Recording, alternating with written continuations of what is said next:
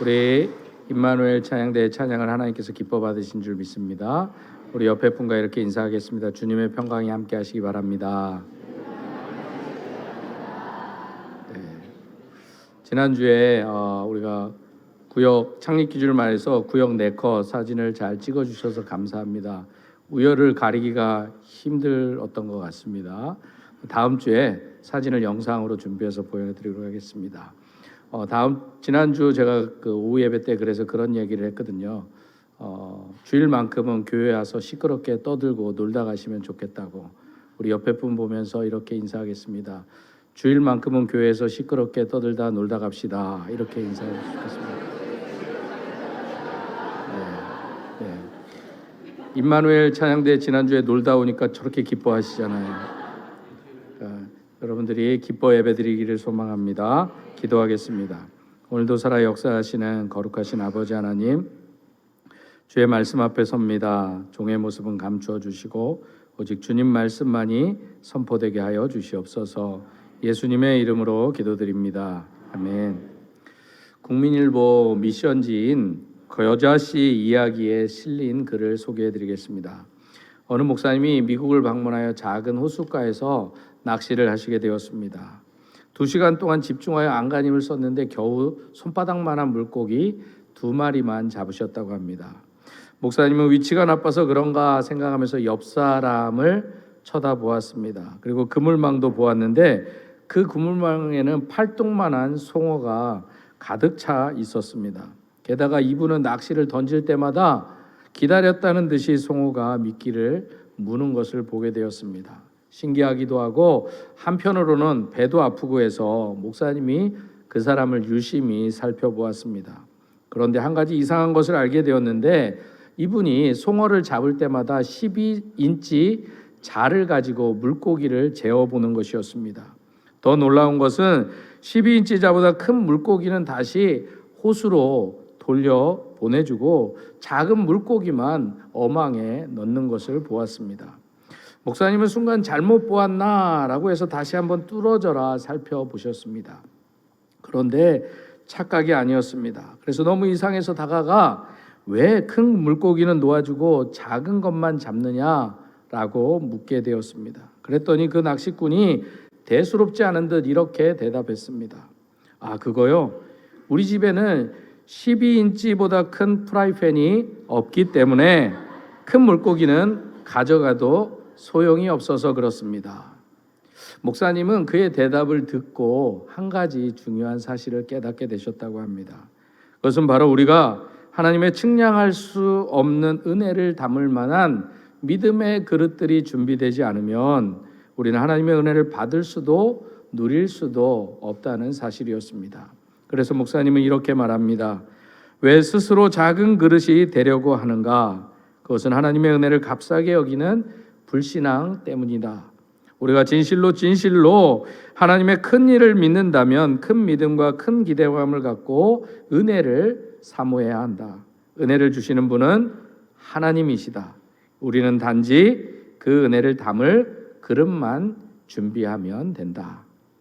오늘 본문의 말씀은 이스라엘 백성들이 출애굽한 후에 앞에는 홍해가 가로막고 뒤로는 바로의 군대가 쫓아오는 위기의 상황에서 하나님께서 홍해 바다를 가르시고 이스라엘 백성들을 놀랍게 구원해 주신 이 홍해 사건 바로 뒤에 있었던 마라의 사건을 보여주고 있습니다. 이스라엘 백성들은 출애굽 후에 홍해를 가르시고 저들로 하여금 바다를 육지 같게 건너게 하신 그 하나님을 감격하는 마음으로 찬양하였습니다. 왜냐하면 그들 앞에 바다가 갈라지는 것을 그들 앞에서 보았기 때문입니다. 그때 양쪽의 물벽을 두려움과 떨림으로 바라보면서 이스라엘 백성들은 그 홍해 바다를 건넜습니다. 그리고 쫓아오는 바로의 군대가 자기들이 방금 건넌 그 바다에 일순간에 수장되는 것을 그들의 눈으로 직접 목격하게 되었습니다. 그래서 그들은 하나님을 찬양할 수밖에 없었습니다. 더욱이 하나님께서 함께 하심을 불기둥과 구름 기둥으로 인도하여 주심으로 그들에게 보여주셨습니다. 그러다 보니 이제는 약속의 가나안 땅으로 가는 것은 시간 문제겠구나라고 생각했을지도 모르겠습니다. 그런데 문제가 생겼습니다. 바로 홍해를 건넌 그들 앞에 기다리고 있는 것은 약속의 땅이 아닌 바로 광야, 사막이었던 것입니다. 그런데도 더 이상한 것은 그들의 앞서 움직이고 있는 하나님의 구름 기둥은 계속해서 멈추지 않고 그들을 광야길로 인도하였다는 것입니다. 그래도 첫날은 홍해의 기적을 맛보았기에 기쁨의 마음으로 광야의 길을 더웠지만 힘들었지만 걸을 수 있었습니다. 하나님께서 함께하여 주시고 지켜주신다는 확신으로 구름 기둥 밑을 걸어갈 수 있었던 것입니다. 그런데 그 다음 날도 아무리 걸어도 물 한 방울 나지 않는 광야길이 계속되었습니다. 그리고 사흘길을 가도 저들 눈앞에는 메마른 사막뿐일 뿐이지 젖과 꿀이 흐른다는 약속의 가나안 땅은 도무지 보일 기미가 보이지 않았습니다. 그래서 이스라엘 백성들은 이 황량한 사막 한복판에서 드디어 불안해하고 두려움에 떨기 시작했습니다. 그런데 바로 그 두려움의 순간에 그들이 마침내 물이 있는 곳에 도착하게 되었습니다. 22절과 23절의 말씀입니다. 모세가 홍해에서 이스라엘을 인도하매 그들이 나와서 수르 광야로 들어가서 거기서 사흘길을 걸었으나 물을 얻지 못하고 마라에 이르렀더니, 이스라엘 백성들이 도착한 곳의 이름이 마라라고 합니다. 그리고 이때 사람들은 물을 발견하고 안도의 한숨을 쉬면서 아마도 이렇게 이야기했을지 모르겠습니다. 그러면 그렇지, 하나님께서 우리를 이 사막 한 군데에서 목말라 죽이기야 하시겠느냐라고 하면서 너나 할 것 없이 헐레벌떡 그 물가로 달려가 물을 마셨을지 모르겠습니다. 그런데 이때 문제가 발생한 것입니다. 바로 그 물이 써서 도무지 마실 수가 없는 것이었습니다. 이처럼 마라라고 하는 지명 자체가 바로 이 쓰다라는 뜻을 담긴 지역이었습니다. 그리고 마침내 이 물맛을 본 이스라엘 백성들이 입을 열어서 원망하기 시작합니다. 24절, 23절부터 24절의 말씀입니다. 그곳 물이 써서 마시지 못하겠으므로 그 이름을 마라라 하였더라. 백성이 모세에게 원망하여 이르되 우리가 무엇을 마실까 하매. 여기서 백성들이 모세를 원망했다는 말은 달리 말하면 하나님을 원망했다는 말입니다. 그들은 이미 3일 전 홍해에서 맛보았던 놀라운 기적을 까마득히 잊어버렸습니다. 사흘 동안의 목마름으로 인해 저들은 하나님의 은혜를 다 잃어버리고 원망의 말을 퍼붓기 시작했던 것입니다. 이때 25절에 보면 백성들의 원망의 소리를 듣고 모세가 하나님께 부르짖기 시작합니다. 그랬더니 하나님께서는 모세에게 한 나무를 가리키시면서 그 나무를 물에 던질 것을 말씀하십니다. 그리고 모세가 그 나무를 물에 던졌을 때 물은 달게 변하였고, 이때 26절에서 하나님께서는 이스라엘 백성들을 향해서 나는 너희를 치료하는 여호와임을 드러내 보여주셨습니다. 그런데 우리는 이 마라의 사건을 보면서 한 가지 궁금증을 가지셨을지도 모르겠습니다. 바로 왜 하나님께서는 자기의 백성들을 이렇게 고통스러운 광야길로 내모셨을까라는 것입니다. 아니, 처음부터 쓴물이 아닌 단물을 주시지 왜 그들을 골탕 먹이는 것도 아니고 왜 그들을 굳이 힘들게 하셨을까라는 것입니다. 사실 우리가 잘 알고 있는 것처럼 애굽에서 가나안 땅까지는 거리상으로 직선 평지만 보더라도 해안을 따라가면 약 10일이면 도착할 수 있는 거리였습니다. 그런데 하나님의 구름 기둥은 이스라엘 백성들을 그 직선 거리인 북동쪽을 향해 나아가지 않고 오히려 거꾸로 남쪽을 향해 나아가고 있었던 것입니다. 그렇다면 여러분들은 왜 하나님께서는 이스라엘 백성들을 이 광야의 길을 그토록 오래도록 걷게 하셨다고 생각하십니까?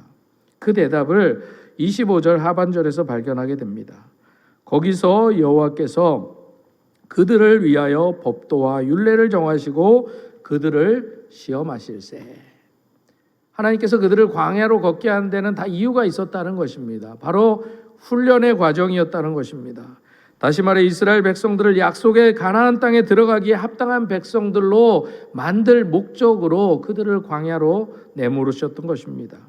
이처럼 하나님께서는 이스라엘 백성들이 고통스럽고 힘들어할 것을 아셨지만 그럼에도 불구하고 광야에서 그들을 훈련시키고자 하셨던 것입니다.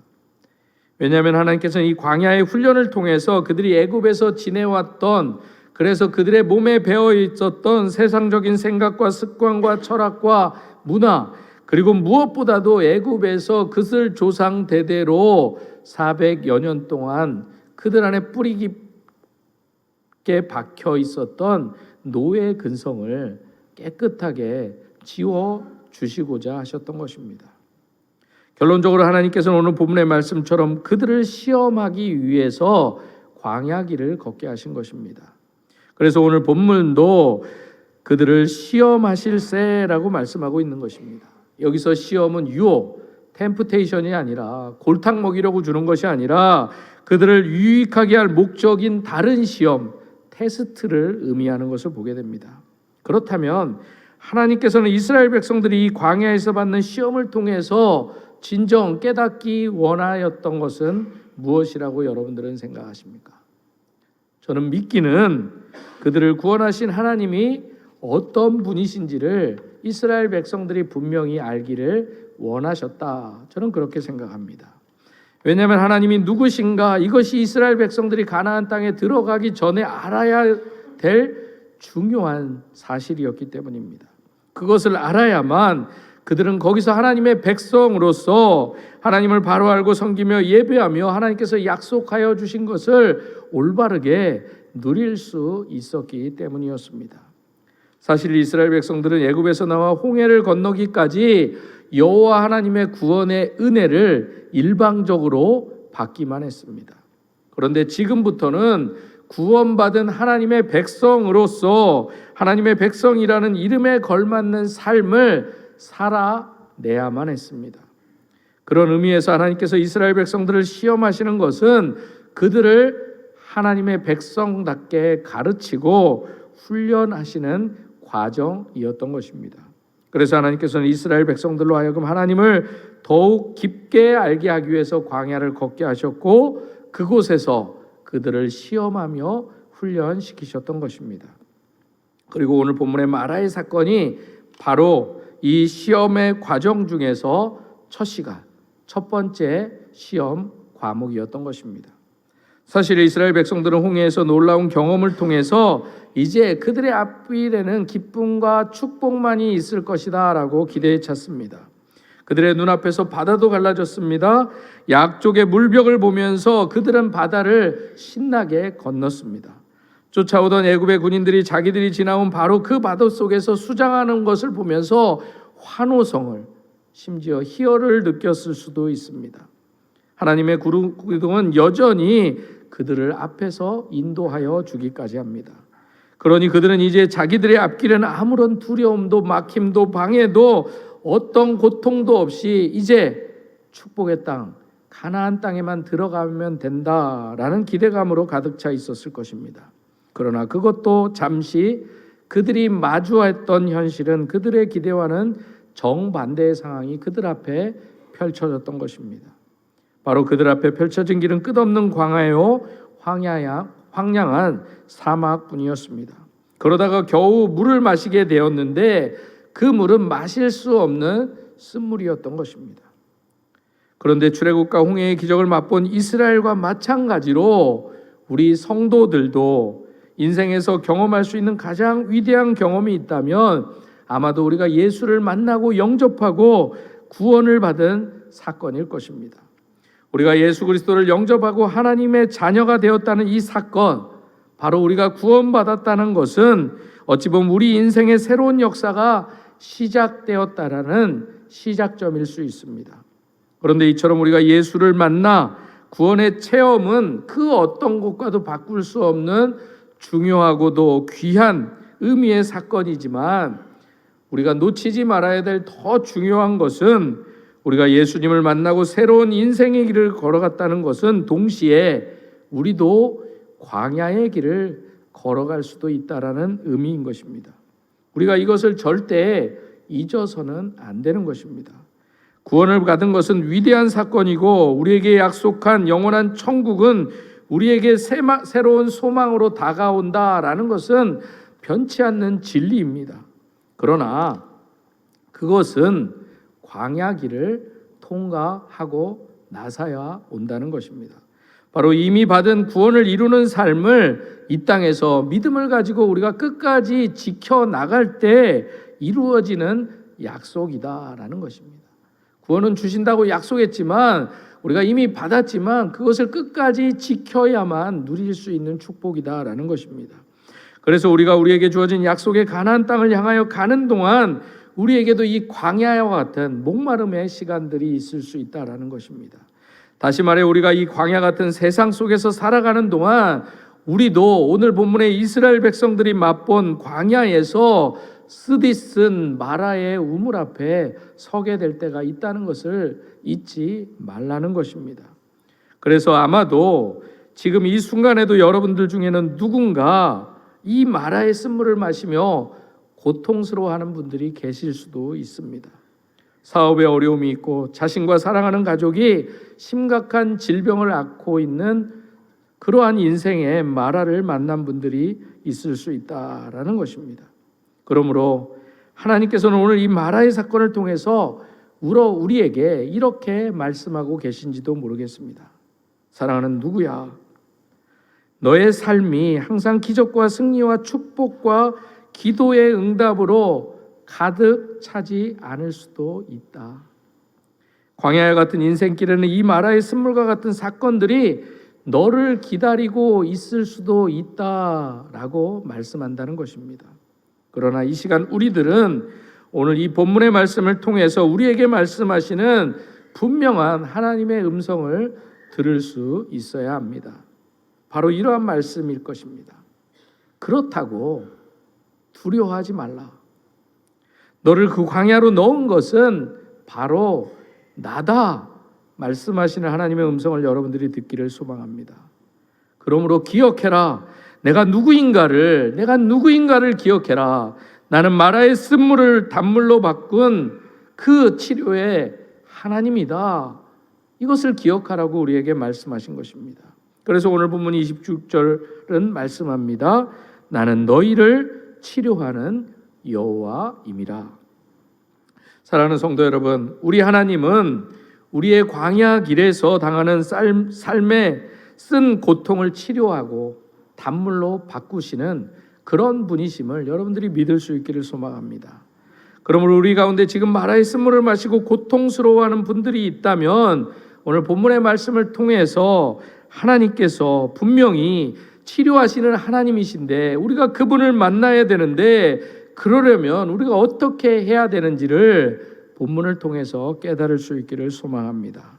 첫째로 우리는 마라의 쓴물 고통을 만나게 될 때 치료의 하나님께 먼저 부르짖어 기도할 수 있어야 합니다. 25절에 보면 이스라엘 백성들이 마라의 쓴물을 마시고 고통스러워할 때 모세는 하나님께 부르짖어 기도했습니다. 우리들도 우리 인생의 광야길에서 마라의 쓴물을 만났다면 모세처럼 다른 것 하지 말고 먼저 하나님 앞에 부르짖어 기도할 수 있어야 된다라는 것입니다. 본문의 이스라엘 백성들은 홍해바다를 기적적으로 건너온 것에 대한 감사와 기쁨이 넘쳤습니다. 그래서 춤추며 감격하며 하나님을 예배했습니다. 그런데 사흘 만에 상황이 역전되고 위기가 찾아왔습니다. 목마른 광야를 사흘 동안 연속으로 걸어 찾아 드디어 만난 물이 쓴물이 되었습니다. 그래서 지도자 모세를 원망하기 시작했습니다. 사실 많은 경우에 있어서 우리도 마라의 쓴물을 만나면 모세처럼 먼저 기도하기보다는 이스라엘 백성처럼 먼저 원망부터 나오기가 쉽습니다. 왜 하나님께서는 이 같은 고통을 나에게 허락하시는 것일까? 왜 하나님 저에게 이 쓴물을 먹이게 하십니까? 라고 불평할 수도 있을 것입니다. 이러한 물음에 대해 지구촌교회 원로 목사님이신 이동원 목사님은 이렇게 설명하십니다. 성경은 우리가 하나님을 믿었다는 사실 때문에 혹은 예수님을 믿었기 때문에 고통이나 환난이 면제된다고 말하지 않는다. 예수님도 분명히 말씀하셨습니다. 세상에서는 너희가 환난을 당하나 담대하라. 내가 세상을 이기었노라. 주님은 세상에서 환난의 면제를 약속하지 않았습니다. 환난을 당한다고 오히려 말씀하셨습니다. 예수 믿고 구원받아 그리스도인이 되어도 환난은 있습니다. 하나님의 뜻하신 목적 때문에 하나님은 아직도 우리 인생길의 환난을 그대로 허용하십니다. 하지만 그분은 우리가 환난에서 승리할 것이라고 약속하셨습니다. 그러면 어떻게 승리할 수 있겠습니까? 그것은 기도를 통해서 가능합니다. 본문 25절에 보면 이스라엘 백성들이 원망하며 아우성을 치자 모세가 하나님 앞에 나왔습니다. 그는 여호와 앞에 부르짖었습니다. 이 대목은 영어 성경에 cried out이라고 표현하고 있는데, 이는 속에서 터져나오는 온갖 것들을 쏟아낸다는 의미입니다. 지금 내게 다가오는 인생의 부담이나 걱정, 염려나 불안 등을 속으로 집어넣지 말고 다 쏟아내며 하나님 앞에 나와서 구하라는 말입니다. 이것은 내 모든 문제를 주 앞에 의탁하는 것으로 하나님 앞에서 집중하는 기도의 태도입니다 라고 말합니다. 사랑하는 성도 여러분, 우리가 지금 혹여 하나님의 자녀임에도 알 수 없는 고난으로 고통 가운데 방황하며 마라의 쓴물을 마시고 계시다면 바로 지금이 원망하고 불평할 때가 아니라 먼저 하나님 앞에 부르짖어 구할 때임을 기억할 수 있기를 소망합니다. 그때가 바로 치료의 하나님께서 문제 있는 나를 치료하셔서 온전하게 만드시려고 이 쓴물을 허락하신 때임을 잊지 마시길 바랍니다. 바로 이 부르짖음의 기도에 우리가 우리의 치료의 하나님을 만날 수 있는 비결이 담겨져 있음을 기억할 수 있기를 소망합니다. 바로 이 부르짖음의 기도가 마라의 쓴물이 변하여 단물이 되는 게 하는 비결임도 잊지 마시기 바랍니다. 그리고 이 부르짖음의 기도가 바로 우리가 인생의 쓴물을 마실 때 하나님의 단물이 되게 하는 역사를 맛볼 수 있는 절호의 기회임도 잊지 마시기 바랍니다. 그러므로 광야의 길을 걸어가는 이스라엘을 위한 모세의 부르짖음의 기도가 오늘 여러분들의 부르짖음의 기도가 되기를 소망합니다. 둘째로 마라의 쓴물을 만났다면 우리는 그때 하나님의 말씀 앞에 무조건 순종해야 합니다. 오늘 26절의 말씀입니다. 이르시되 너희가 너희 하나님 나 여호와의 말을 들어 순종하고 내가 보기에 의를 행하며 내 계명에 귀를 기울이며 내 모든 규례를 지키면 내가 애굽 사람에게 내린 모든 질병 중 하나도 너희에게 내리지 아니하리니 나는 너희를 치료하는 여호와임이라.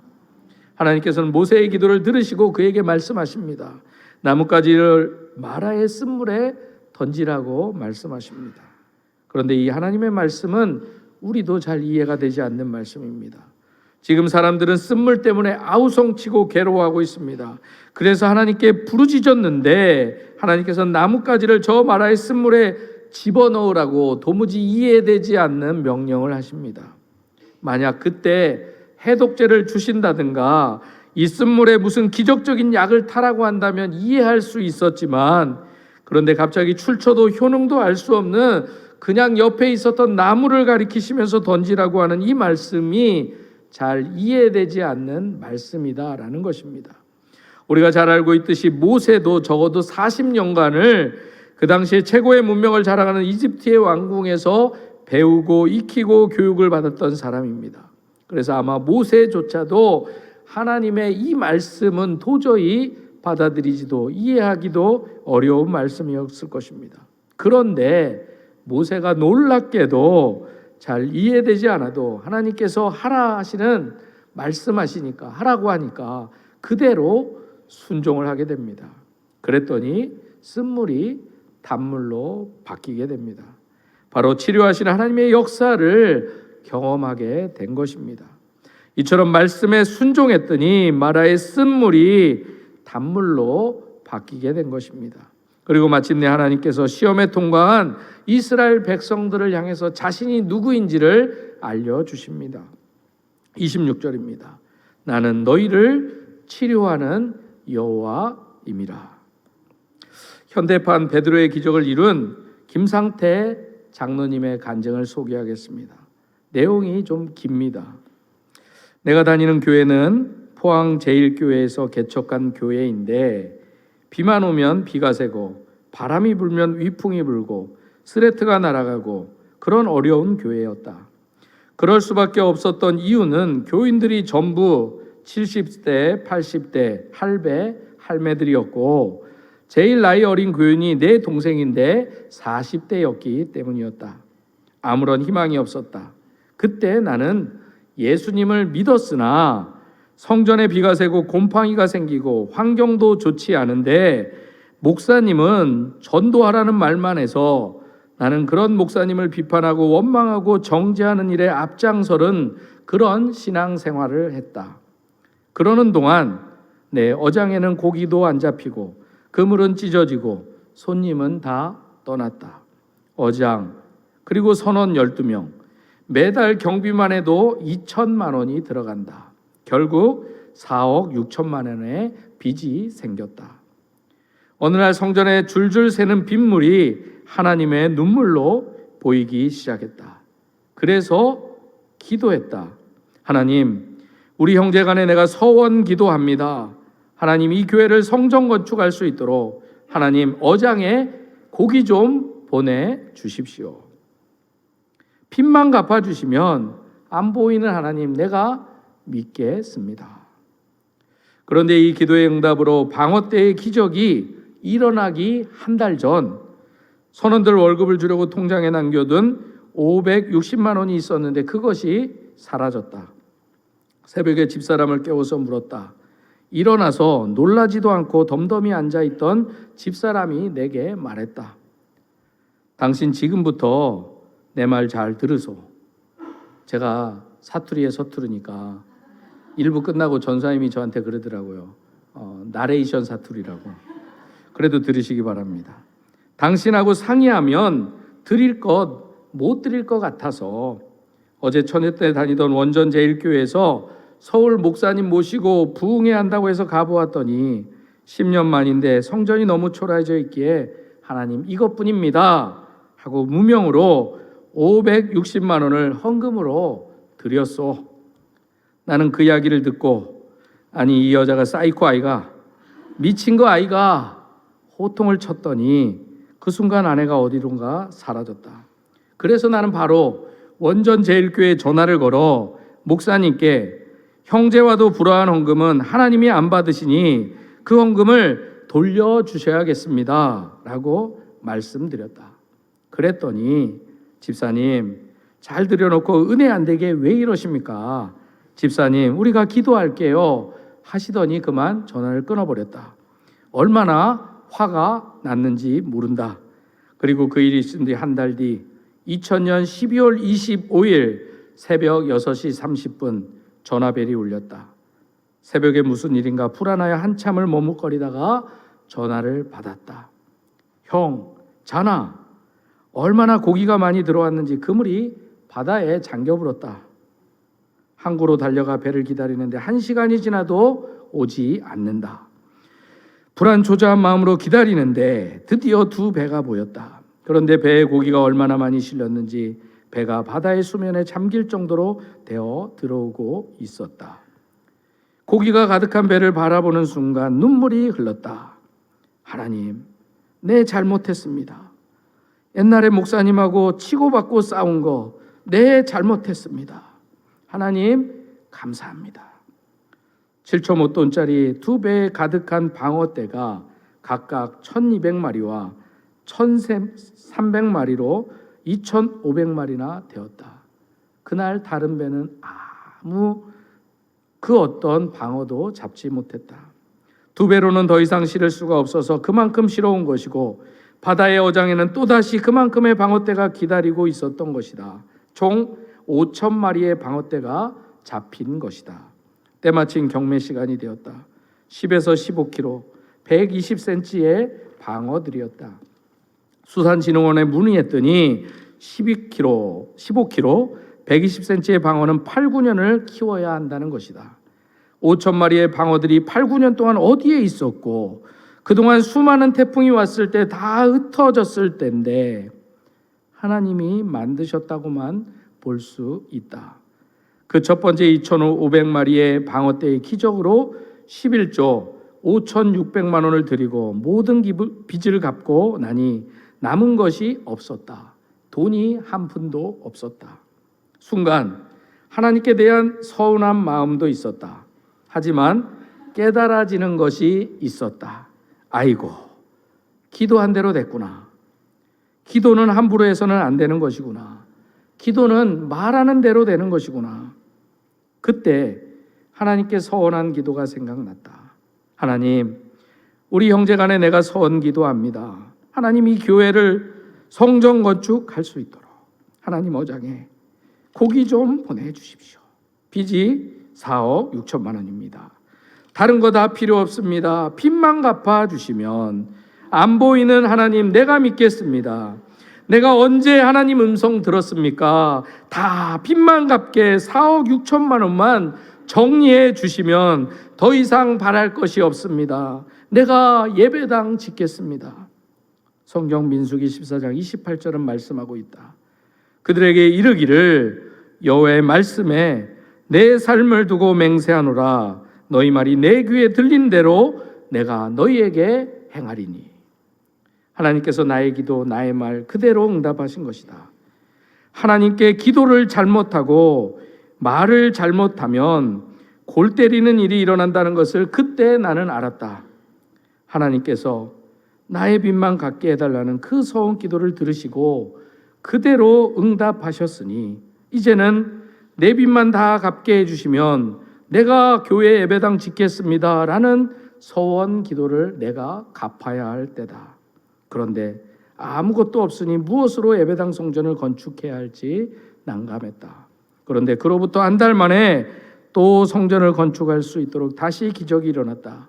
5m 30cm의 대형 밍크 고래가 해안선을 따라 늘어서 있는 어장 중에 내 어장에만 들어와서 조용히 잠을 자고 있었던 것이다. 그 정도의 밍크 고래면 뛰쳐나갈 수도 있었고 배를 뒤집어 엎을 수도 있었는데 하나님이 행하신 것이었다. 11조 5,600만 원과 밍크 고래를 판 5천만 원을 합친 1억 6천만 원으로 21년 된 스레트 교회를 허물고 새롭게 건축하기 시작하였다.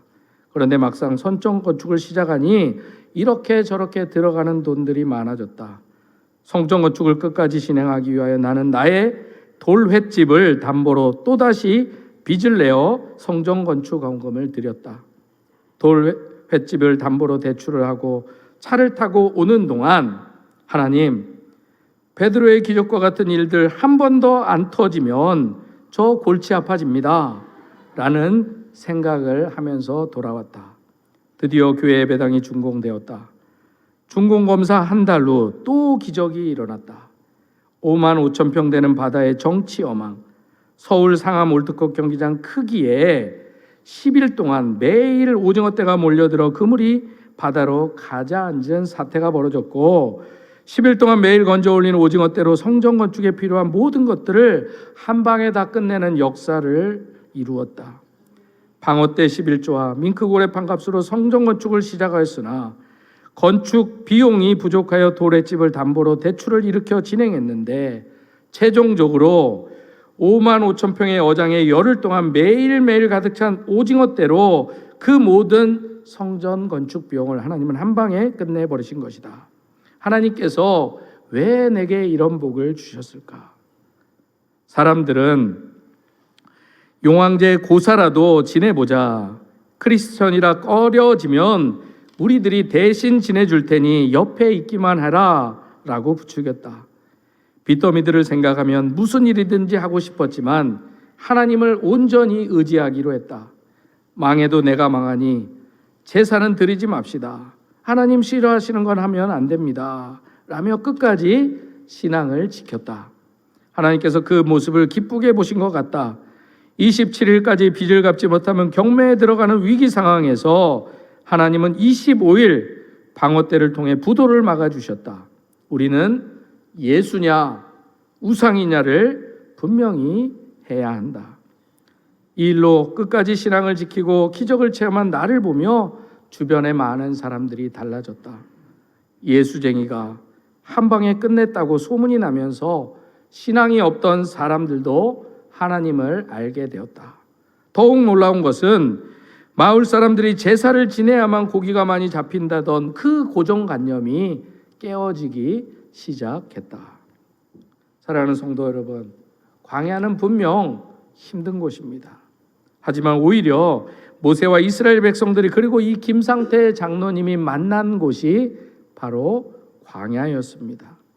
광야이기에 그곳에서 오히려 하나님의 놀라운 역사를 경험할 수 있었던 것입니다. 믿음이 없는 사람들에게는 광야는 고통과 저주의 장소였지만 믿음이 있는 자에게는 광야는 오히려 그 저주가 변하여 복이 되고 쓴물이 변하여 단물이 될 수 있었던 곳이었습니다. 그러므로 사랑하는 성도 여러분, 마라의 쓴물을 마시면서 하나님께서 왜 내게 이런 시련을 허락하시는지 이해가 되지 않아 원망하고 탄식하고 계시는 분은 없으십니까? 그렇다면 원망하기 전에, 불평하기 전에, 탄식하기 전에 먼저 무릎 꿇어 하나님께 기도하였는지를 여러분 자신을 돌아볼 수 있기를 소망합니다. 그리고 이 시련의 의미가 무엇인지를 하나님께 기도해 보셨는지도 여러분 자신에게 물을 수 있기를 소망합니다. 왜냐하면 시련의 때에 우리는 무엇보다 먼저 이 시련의 의미가 무엇인지를 반드시 하나님께 여쭤보아야 합니다. 그리고 하나님께서 무엇이라고 말씀하시는지를 우리가 들어야만 합니다. 그리고 하나님의 뜻이 무엇인지 깨닫기 위해서 우리는 하나님의 말씀을 펼쳐야 합니다. 그러면 치료의 하나님께서 여러분들의 기도 가운데 여러분들이 펼친 말씀 속에서 반드시 응답하여 주실 것입니다. 그래서 우리는 오늘도 하나님의 응답의 말씀이 때때로 이해되지 않고 때로는 내가 원하는 대답이 아니어도 그 말씀 앞에 순종해야 하는 것입니다. 그럴 때 우리도 마라의 쓴물을 단물로 바꾸신 그 치료의 하나님께서 내 인생의 쓴물을 단물이 되게 하여 주시는 그런 놀라운 역사를 맛보게 될 것입니다. 오늘 출애굽기 15장 27절은 말씀합니다. 그들이 엘림에 이르니 거기에 물샘 12과 종려나무 70그루가 있는지라 거기서 그들이 그물 곁에 장막을 치니라. 바라기는 이스라엘 백성들이 마셨던 마라의 쓴물을 단물로 바꾸셨던 그 치료의 하나님께서 오늘 여러분이 마시고 있는 여러분들의 마라, 그 쓴물의 현장에서 여러분들의 부르짖음의 기도를 들으실 수 있기를 소망합니다. 그리고 여러분 모두를 축복의 현장인 하나님의 엘림으로 인도하여 주실 것을 믿음으로 바라보며 나아가는 저와 여러분이 될 수 있기를 주님의 이름으로 축복합니다.